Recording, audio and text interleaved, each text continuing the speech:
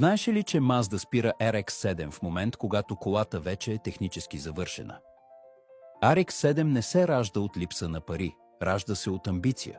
В началото на 90-те Mazda иска лека спортна кола с идеално разпределение на масата и поведение, което европейските конкуренти постигат само с по-големи и по-тежки двигатели. Затова остават верни на ротора. Компактен двигател, поставен дълбоко назад в шасито, който позволява почти идеален баланс. RX-7 е по-лека от конкурентите си и използва това тегло, за да бъде бърза там, където има значение – в завоите. Но до 2002 година светът вече се променя. Поддръжката на Twin Turbo ротора става скъпа и сложна. Нормите се затягат, а пазарът започва да иска по-лесни за притежание спортни коли. Mazda не спира RX-7, защото идеята е грешна. Спира я, защото цената да я поддържа жива става твърде висока. 2002 година. Последната RX-7 слиза от линията.